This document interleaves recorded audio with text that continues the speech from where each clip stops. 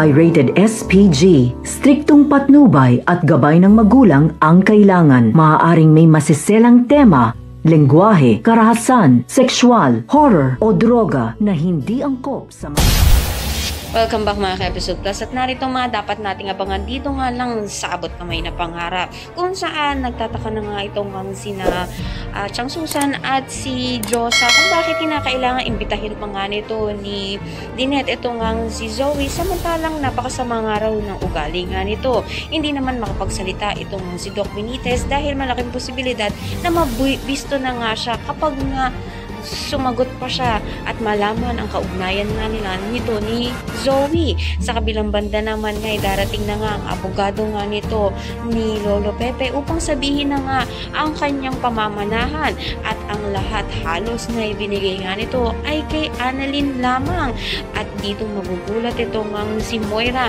na wala ngang pinamanahan itong si Lolo Pepe dito sa kanyang anak na si Zoe.